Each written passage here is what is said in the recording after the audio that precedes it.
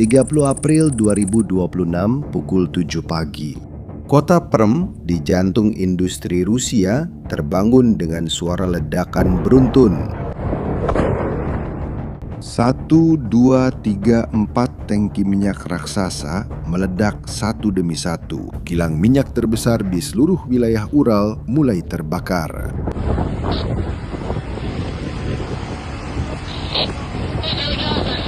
Sebuah kolom asap hitam naik begitu tinggi sehingga satelit NASA menangkap jejaknya dari jarak 130 km. Pengeras suara kota mengeluarkan peringatan darurat kimia. Penduduk diimbau untuk menutup jendela dan hanya minum air yang sudah direbus. Universitas ditutup, transportasi umum berhenti, bandara membatalkan penerbangan, dan seluruh kota mulai mencari jawaban atas satu pertanyaan sederhana. Bagaimana di tahun 2026 dengan seluruh pertahanan udara Rusia hal ini bisa terjadi? Jawabannya adalah bagian paling luar biasa dari cerita ini. Apa yang terjadi di Perm pagi itu tidak dimulai pada pagi itu. Itu dimulai pada malam sebelumnya. Dan untuk memahami besarnya hal ini, pertama-tama kita perlu melihat sebuah peta. Lebih dari 1.500 km dalam garis lurus. Untuk memberi gambaran, itu lebih jauh daripada jarak antara dua negara Eropa secara keseluruhan. Itulah jarak yang ditempuh drone Ukraina untuk meledakkan kilang minyak itu. Perm terletak di tengah pegunungan Ural, sebuah rangkaian pegunungan yang membagi Rusia, Eropa, dan Siberia.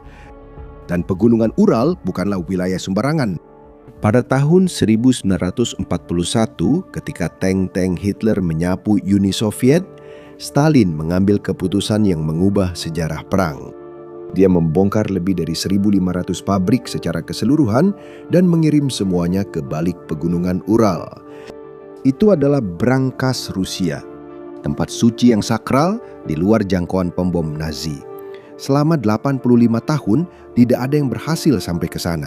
Tidak pada Perang Dingin, tidak pada Perang Chechnya, maupun dalam 4 tahun perang saat ini. Namun pada bulan Maret tahun ini, Sekretaris Dewan Keamanan Rusia Sergei Shoigu mengucapkan sebuah kalimat yang tidak pernah diduga akan keluar dari mulut seorang jenderal Rusia. Dengan kata-katanya sendiri, pegunungan Ural yang sampai beberapa waktu lalu berada di luar jangkauan, sekarang sudah berada di zona ancaman langsung. Tidak ada wilayah di Rusia yang bisa merasa aman. Dan sebulan kemudian, Perm terbakar. Tapi, kenapa kilang ini secara khusus? Jadi, ada 3 alasannya. Pertama, ukurannya. Lukoil Permneft Orgsintes memproduksi 13 juta ton bahan bakar per tahun. Bensin, solar, autur. Ini adalah salah satu yang terbesar di Rusia. Kedua, penggunaan militer. Semua yang keluar dari sana memasok mesin perang Kremlin. Tank-tank yang menembak ke arah orang Ukraina, truk-truk yang membawa pasukan ke Donbas, jet-jet yang membombardir Kiev, semuanya melewati kilang minyak ini. Ketiga, dan inilah hal yang enggan diakui Rusia, agar bisa terus beroperasi dan melakukan modernisasi, kilang minyak ini bergantung pada teknologi barat. Pada Januari 2022, Lukoil baru saja menandatangani kontrak dengan perusahaan Amerika Honeywell untuk memasang peralatan baru di kompleks tersebut. Namun perang dimulai sebulan kemudian. Sanksi-sanksi mulai diberlakukan. Dan hari ini Rusia sama sekali tidak punya cara untuk mengganti suku cadang dan dukungan teknis. Dan ada sesuatu tentang serangan ini yang sangat menarik perhatian. Karena serangan itu lebih cerdas daripada yang terlihat. Orang-orang Ukraina tidak menargetkan sembarang sasaran di dalam kilang itu. Mereka menargetkan jantungnya. Sebuah unit yang disebut EVT-4. Bayangkan itu seperti pintu masuk utama pabrik. Semua minyak mentah yang masuk melewati unit itu sebelum diubah menjadi bahan bakar. Dan unit itu menyumbang hampir 40% dari total kapasitas kilang. Ketika unit itu berhenti, seluruh operasi pun terhenti. Apa yang dihancurkan oleh orang Ukraina bisa memakan waktu lebih dari 1 tahun untuk diperbaiki. Itu pun kalau memang akan diperbaiki. Dan seolah itu belum cukup, pada malam sebelumnya mereka menyerang target lain yang hanya berjarak beberapa kilometer dari sana. Sebuah stasiun pompa milik Transneft yang mendistribusikan minyak Rusia ke 4 pelabuhan yang berbeda. Dalam 2 malam berturut-turut, orang-orang Ukraina memutus 2 mata rantai dari rantai yang sama. Sangat presisi. Dan tahu senjata apa yang melakukan itu? Rasanya seperti lelucon.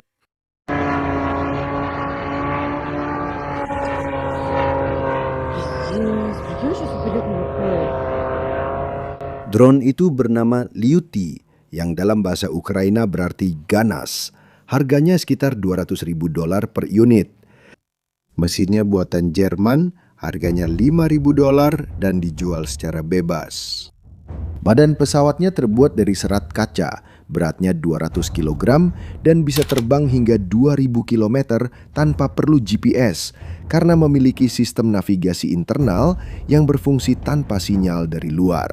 Bahkan jika orang Rusia mencoba membutakan drone dengan perang elektronik, drone ini tetap berada di jalur yang benar. Yang mengoperasikan serangan itu adalah unit Alpha dari SBU, Intelijen Ukraina. Tim yang sama yang menenggelamkan kapal Rusia di Laut Hitam, menghantam jet tempur MiG-31 di Crimea, dan meledakkan platform di Laut Kaspia. Mereka memprogram setiap drone dengan lebih dari 1.000 titik lintasan untuk menghindari radar Rusia dan berhasil mengenai target dengan tepat. Komandan pasukan sistem tak berawak Ukraina, Robert Brovdi, yang dikenal dengan nama sandi Magyar, memberikan wawancara kepada BBC beberapa hari sebelum serangan ke Perm. Dan dia mengatakan sesuatu yang menakutkan. Bahwa 1.500 hingga 2.000 km di dalam wilayah Rusia sudah bukan lagi wilayah belakang yang aman. Bahwa burung Ukraina bisa terbang kemanapun dan kapanpun sesukanya. Itu terdengar seperti sebuah provokasi saat itu, tapi sebenarnya itu adalah peringatan. Dan drone itu, seberapa luar biasanya pun, bukanlah bagian paling aneh dari cerita ini. Hal pertama yang dilihat oleh penduduk Perm adalah awan putih berbentuk jamur yang naik di cakrawala. Setelah itu muncul asap hitam. Lalu pengeras suara kota mulai memutar pesan dalam bahasa Rusia. Telah terjadi kecelakaan dengan pelepasan zat berbahaya. Seorang warga menceritakan kepada surat kabar Moscow Times bahwa instruksinya sangat jelas. Jangan keluar rumah, tutup semua jendela, dan hanya minum air yang sudah direbus. Tapi yang terburuk masih akan datang. Dalam beberapa jam, video mulai beredar di Telegram yang menunjukkan sesuatu yang tampak seperti diambil dari film horor. Tetesan hitam jatuh dari langit, noda berminyak di mobil, di pakaian putih, di jendela. Pers Rusia menjuluki fenomena ini sebagai hujan minyak. Dan jurnalis oposisi Rusia Sergei Ukov yang memimpin saluran Perm 36,6 mengucapkan sebuah kalimat yang menjadi viral. Kota ini dicekam teror total dan pihak berwenang setempat telah kehilangan kendali. Tapi bagian yang paling aneh masih akan datang.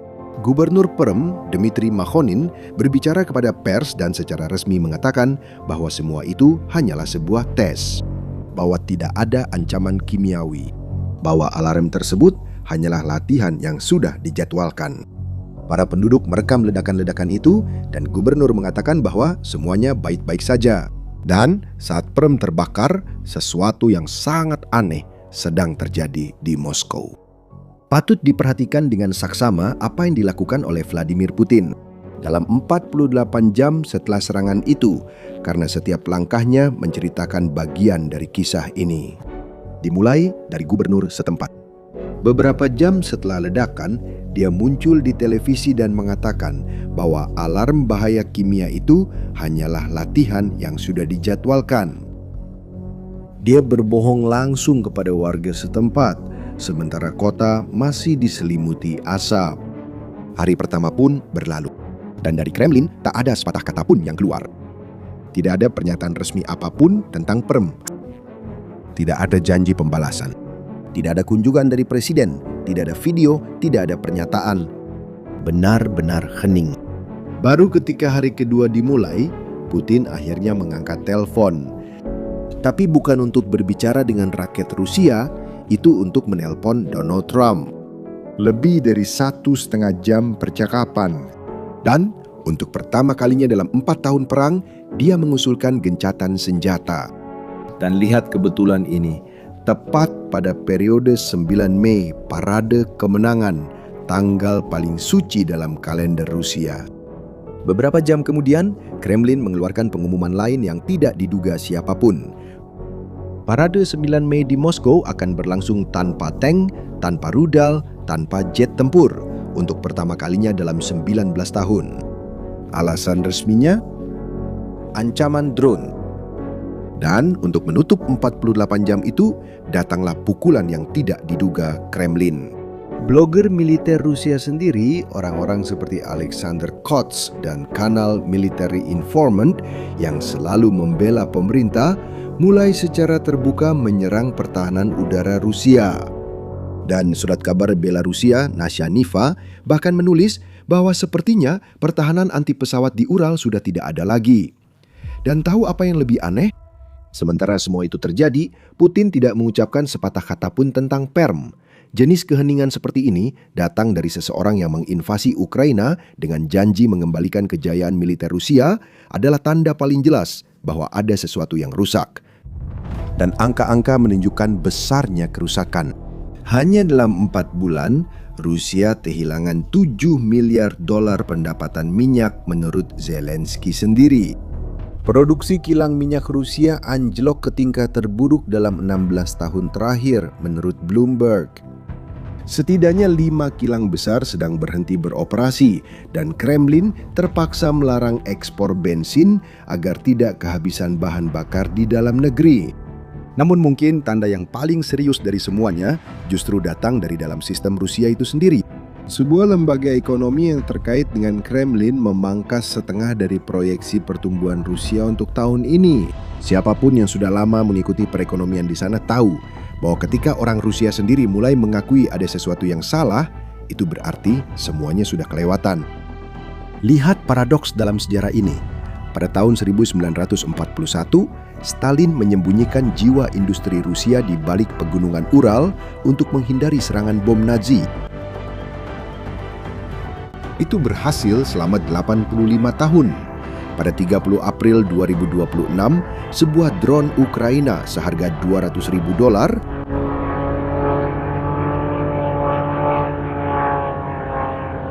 dengan mesin Jerman seharga $5.000, drone itu melintasi 1.500 km wilayah udara Rusia dan membakar tempat perlindungan itu. Seperti yang dikatakan Mayor Jenderal Khmara dari Dinas Keamanan Ukraina, dan kalimat ini merangkum semuanya, musuh sudah tidak lagi memiliki daerah belakang yang aman. Jarak sudah tidak lagi menjamin perlindungan. Seperti yang Anda lihat, serangan di Perm bukan sekedar serangan biasa. Itulah serangan yang benar-benar menunjukkan bahwa mitos Putin sebagai pelindung Rusia telah berakhir. Dan dia tahu itu. Itulah sebabnya dia menghilang. Itulah sebabnya dia menelpon Trump. Itulah sebabnya dia mencoret tank-tank dari parade. Itulah sebabnya dia diam. Dan disitulah saya ingin tahu pendapat Anda. Menurut Anda, berapa lama Putin bisa mempertahankan situasi ini? Tulis di kolom komentar apa pendapat Anda. Dan jika Anda menyukai analisis tanpa basa-basi ini, beri like dan subscribe channel ini. Di sini kita terus mengikuti perkembangan perang dengan cara yang tidak diberitakan oleh media arus utama. Sampai jumpa di video berikutnya.